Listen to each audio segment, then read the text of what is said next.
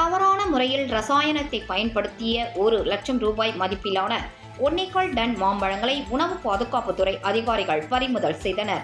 திருவண்ணாமலை நகரப் பகுதியில் உள்ள பழக்கடைகளில் மாம்பழத்தை செயற்கை முறையில் பழுக்க வைப்பதாக உணவு பாதுகாப்புத்துறைக்கு தகவல் கிடைத்துள்ளது. இதையடுத்து அந்த பகுதிக்கு சென்ற 12 பேர் கொண்ட உணவு பாதுகாப்புத்துறை அதிகாரிகள் குழு தேரடி வீதி, உடுப்பி ஹோட்டல், நிழற் சாலை உள்ளிட்ட பகுதிகளில் உள்ள 10க்கும் மேற்பட்ட கடைகளில் திடீர் தணிக்கையில் ஈடுபட்டனர். இதில் 1,00,000 ரூபாய் மதிப்பிலான 1.25 டன் மாம்பழங்கள் எத்திலின் ரைப்பனர் என்ற வேதியியல் பொருளை தவறான முறையில் பயன்படுத்தி பழுக்க வைத்தது தெரியவந்தது. அவற்றை உணவு பாதுகாப்புத்துறை அதிகாரிகள் பறிமுதல் செய்தனர்.